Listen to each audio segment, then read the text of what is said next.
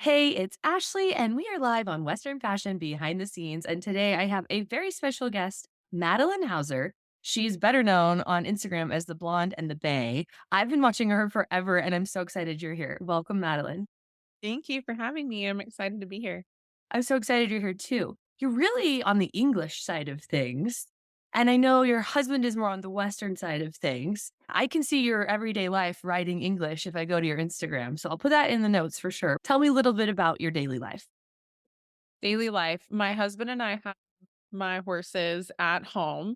We live on a family compound with my parents and the horses. And so, first thing in the morning, we're up taking care of the dogs, feeding horses, turning out, cleaning stalls, and then our actual work day begins. Where I live in Texas, pretty dang hot. So, summertime, we're usually trying to ride before 7 a.m. as the sun comes up to get it all done because it gets way too hot by 9 o'clock. So, that's our daily nutshell, and then we go to work, and the day winds down, and then it's time to do horse chores again. So bring horses in, feed horses dinner, all the 9 yards. They're a full-time job, but we wouldn't trade it for anything. Have you always had horses?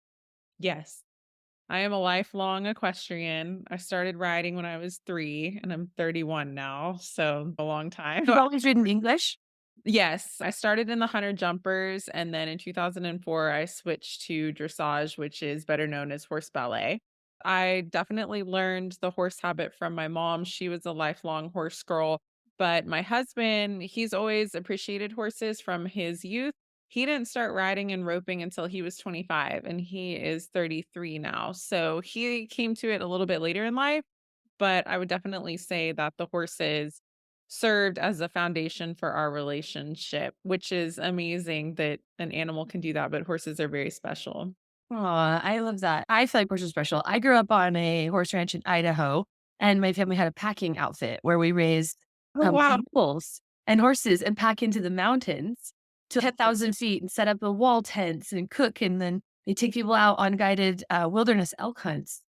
So this is my horse experience, right? And I think it's so fun to get to know all the different kinds of ways you can have horses in your life. So walk someone through what horse ballet really is so that they can understand, because I've never heard it called that, but now I'm going to call it this. Okay. Dressage is complicated, but dressage technically is the French word for training. Honestly, what it is, think about it like Pilates for horses. Team ropers do dressage, and newsflash, they don't even know that they're doing it, but they're doing it. And it's just a way to further develop the horse, get them stronger through their bodies. As you move up the levels, I'll rewind. So we have levels in dressage, starting with the most basic, which is just walk, trot, canter, and then the movements become more and more difficult. Eventually, everyone's goal is to get to the Grand Prix, which is the Olympic level, and that is the highest degree of collection, that's where it truly becomes a dance. The horses do like the flying changes and the piaffe and the passage and all that fun stuff, but that takes years, more along the lines of maybe 10 years to get to that level. So that's basically, in a very condensed nutshell, horse dancing. Dressage is really just basic training, and it's neat because I do my thing with mine, and then Barrett will let me do my thing with his team roping horses. And it helps because it just makes them more aware and stronger through their backs and their neck and shoulder and all that fun stuff. This is amazing. So is dressage an accessible sport for people? Are there a lot of dressage opportunities if you wanted to get into it? Yes. Obviously, like in any horse sports at the top of the level you're talking about, that takes a lot of resources. And it's the same in the roping world and in the cutting and all of that. And when she says resources, she means money, honey. Yeah, you want to get up to like the Olympic level, syndicates help. But High and dollar horses for yeah, Olympic levels. Send the kids out. Okay, I love you. But no, if you're just like listening to this and you're like, hey, I want to get into this. This sounds exciting to me.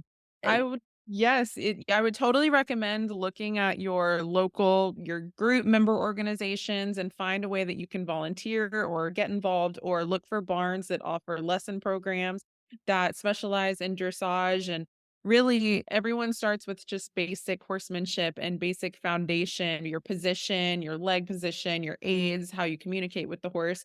And then it goes from there. But the nice thing about dressage is it is really the foundation for all the horse sports, Western and English.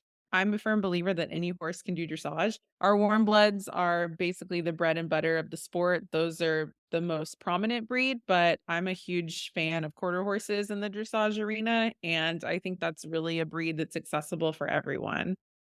That's really interesting. I think a lot of people don't know a lot about dressage, especially in the Western world. I'm usually the butt end of a joke in the Western world. Oh, you're just a dressage rider. You're the English rider. But I find that the horsemen, the true horsemen, appreciate the dressage work and value it, see the value in it. And that all we're really doing is just enhancing the natural way the horse moves. And some team ropers or others might not even realize that they're doing dressage, but they are. Yeah, I think actually people are gonna listen to this and be like, "Maybe I am dressaging my horse," right? Like, how did this happen to me?" But it's good for people to understand and be curious enough to learn. That's what Absolutely. we're We growing need with. more yeah, we need more recognition in the English sports and for the good people out there that are doing as much in the English world as you see on the Western world. And granted, we're a smaller community than NFR. Obviously, that's not we're not gonna draw the same crowds as NFR and things like that, but it's just a different type of horsemanship. We are an Olympic sport, so that's something that we can say to our resume, but we need more people that would appreciate it and see the value in it, and once it's done correctly, it's a really beautiful thing to watch. Yeah, I would say getting kids involved at a young age and getting them curious. If you're at any age, you could get curious, but to think that it's an Olympic sport and it's very unpublicized, very not something anyone really understands the Yeah. logistics of either. Like, how do you judge dressage meet? Oh, I don't know. And I got to go watch. So I love this because I've been watching your channel lately and you've been doing these really amazing. When I think of dressage, I think of jodhpurs. What are these called? Breeches. Breeches. Breeches, jodhpurs. Now I think more days are called breeches, but jods were probably back in the day a little bit. Okay, I'm old. Shit. Okay. No. Data sounds crap. Okay, so I don't know. I'm from the western side of the mountain, apparently. And tell me, I think the fashion is stunning. I'm like, okay, you look very put Thank together you. and magic. So tell me a little bit about the clothing side of it, the fashion side. Now, the English industry, especially again, I'll rewind. We are governed by USDF, which is United States Dressage Federation, and USDF, United States Equestrian Federation. And we have set rules and guidelines as to what we can wear for competition, rated competition. When we're outside and practicing training, we can wear whatever we want. But now, as of recently, I think about a year and a half ago, something like that, the rules have changed. And USDF opened up a whole new Pandora's box to what we can wear in the competition arena. Bright colors, some patterns, things that I think really express our creativity. And for those of us who are love fashion, it was oh my gosh, because we're so used to white, black, navy, hunter green, and that's like pretty much it. So now we're starting to see a whole new side of the fashion industry for the dressage. I wouldn't say so much the hunters, but especially for the dressage world. People are wearing, I have a pair of hot pink boots on order. Yes, I'm crazy like that. It's really giving us an opportunity to, like I said, express ourselves. And the technology in our fashion has come such a long way over the last handful of years. Back in the day, we had wool show coats and helmets with no protection at all. It was I have my old, like, hunt cap on display now for decor, and you can, like, knock against it, and I'm like, "How did I wear this when I was 13 and not have a serious brain injury?" But a lot of our fabrics now really help us perform. They're moisture wicking, they allow for airflow, or they are merino wool and keep us warm in the winters. So it's nice to have those fabrics and technologies now that really allow us to perform the best because when we're feeling our best, we can project that onto our horses. So, as someone who lives in South Texas, I'm looking for in the summer all the moisture wicking, all the airflow, all the what is it called? Like antibacterial fabrics, things that don't keep the smell, any of that.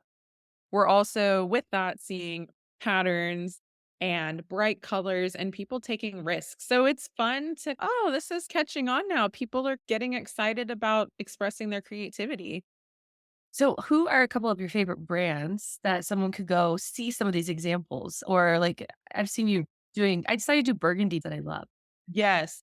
Dressage Queen Dream, they're one of my favorites for my breeches. Cavallo Equestrian, they've been around since 1978 and they make incredible horse fashion and people fashion. And that's the thing in my world, it's about like the so a majority of us, or I should say a handful of us, enjoy like matching our outfits to our horses' saddle pads. And it's like a real life My Little Pony. Nobody judge me because it's fun to do, okay? I think that's great. Fallon Taylor set that standard in our industry. The Western Yeah. PM girl, she is the My Little Pony of 2020, Yes. 457, 930. Yes, She'll go agreed. on forever. So So, we have that in our world. Who else?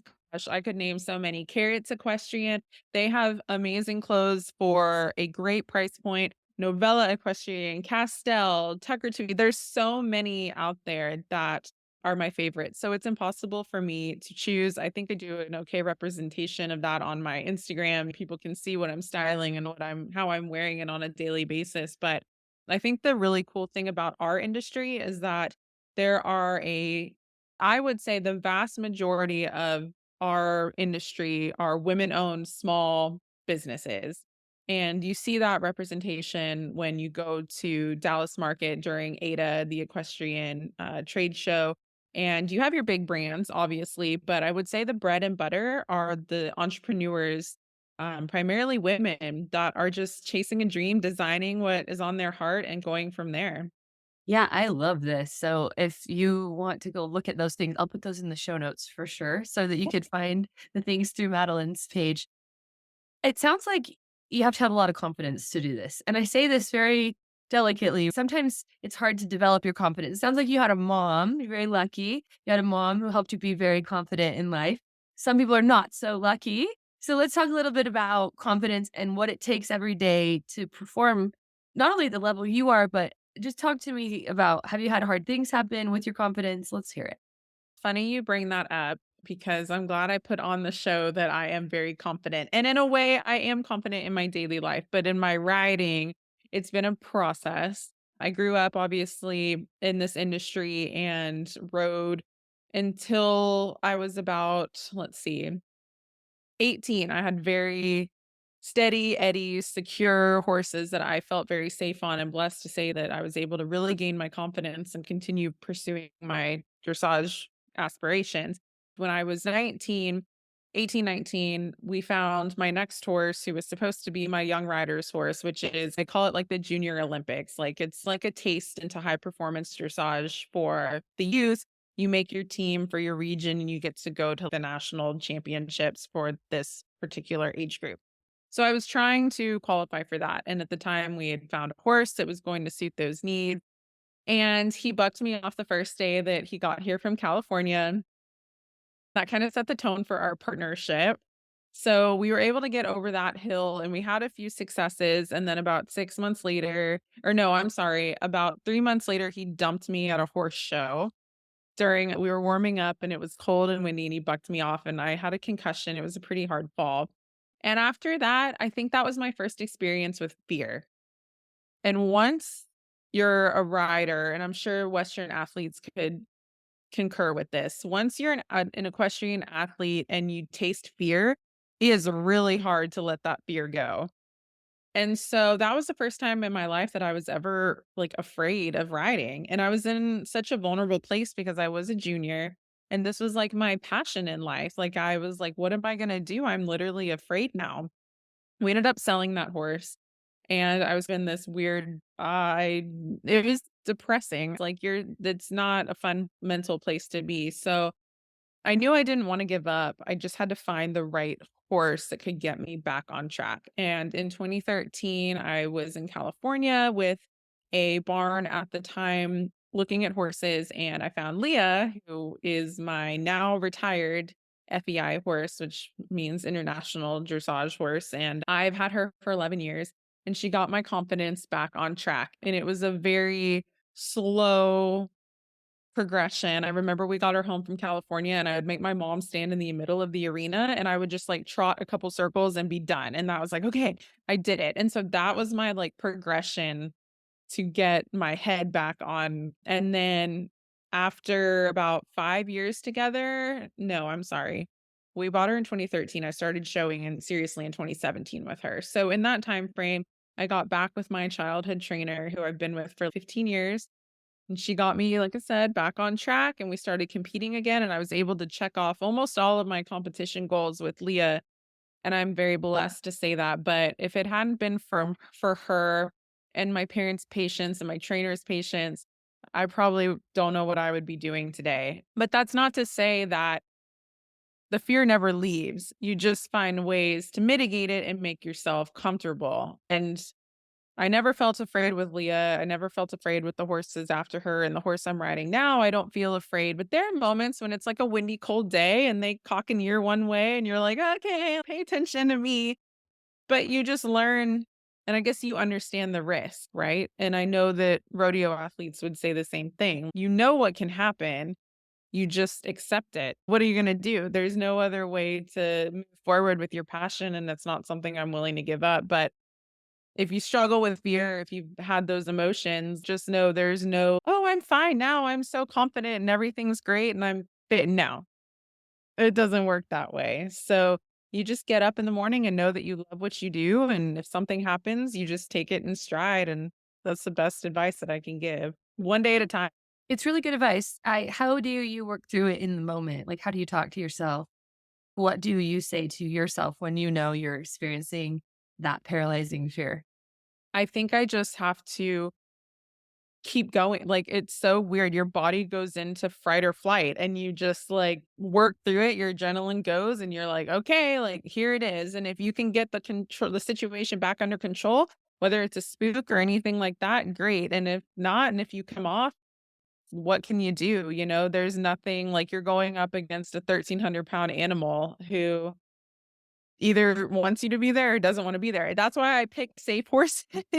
But even the safe horses, anything can happen. They're unpredictable. And so I think it's just about developing that skill set and having trust and faith in yourself that you can handle this.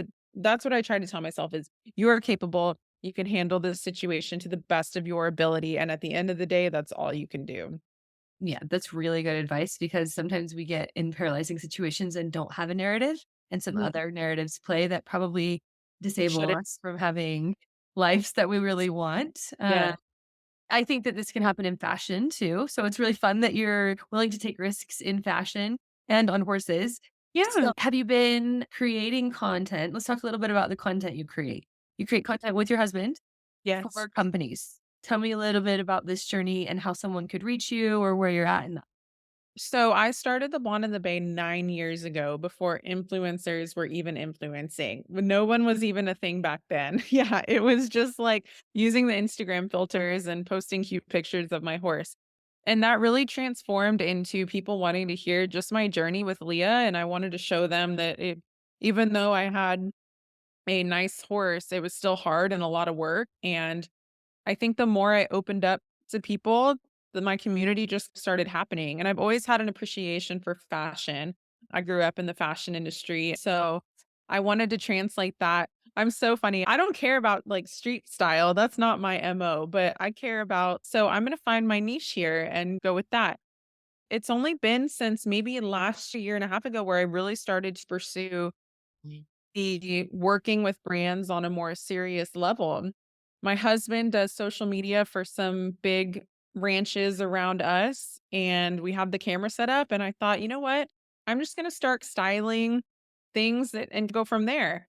And I started working with Dallas Market. I was a style influencer for AETA in August of last year, and then again this year in January. And I think that really changed my quote career trajectory with these small brands and talking with them. My approach was more like, look, I want to showcase fellow entrepreneurs in our industry. And if you have a beautiful product or a creation that you would like me to style in my own Winglish, as we call it, way, let me know and we'll go from there. And the more I started playing around with it, I was like, this is fun. And I back in 2015, I almost joined a modeling agency, but I knew in my heart it wasn't really my thing and I wanted to keep doing what I was doing. But now I'm like, this is a niche, I think, in my market that no one is really I don't know another dressage rider who's married to a team roper that is doing this. Oh, So I just Wenglish. You're oh, your own yeah. species. The Dressage roper, the Winglish, I just jumped on it, and now it's become such a great creative outlet for me. I have these fun clothes from these companies that I work with and that I collab with. I might as well make some art with them versus just writing. So that's been a really neat thing, and I it's been very cool to see the response of people saying, "Wow, you're really showing us that you can do both. You don't have to fit one mold. You don't have to be an English rider or a Western rider and dress a certain way. You can be a dressage rider and wear your cowboy hat with your breeches and your boots, and if somebody doesn't like it, well, then that's their problem, not yours." So, those have been some of the messages that I've received, and I like inspiring people to be bold and confident and take that chance because it pays off. For sure. I think there are a lot of people who are ready to take that chance and move into their own business, their own atmosphere. So you're both have your own businesses then, right? Mhm. You don't work for anybody else, which is exciting. It's a I'm a wild realtor. adventure though. The realtor bill, that helps pay the bills.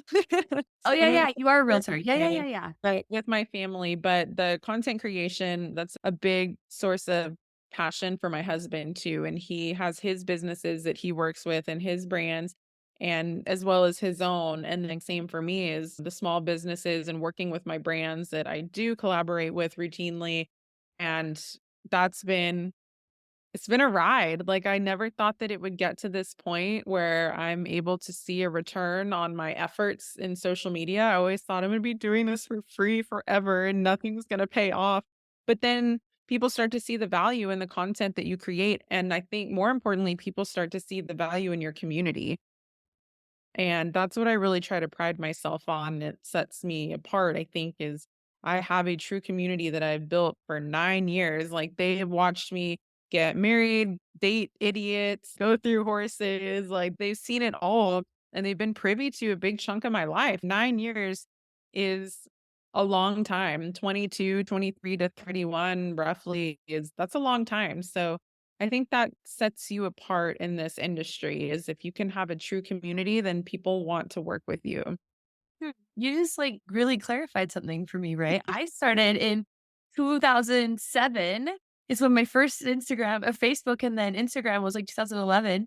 Oh my And god. I've been the boot babe forever, right? I'm like the Marlboro man to cigarettes, but the boot babe to cowboy boots. So they've seen me go through everything. And it becomes your identity in a weird, twisted way. And Barrett and I were joking the other day. I'm like, man, our marriage has become a little bit of our brand, huh? And he was like, "Yeah, it really has." I'm like, "Oh, no." I I don't know how I feel about that, but I'll be somewhere and somebody will say, "Oh, like, I love watching you and your husband. Y'all are so funny, blah, blah, blah." And I'm like, "Oh my god, like, it's become that way." But I think people like that personal side to it. The Vanderpumps are the biggest TV show in the world.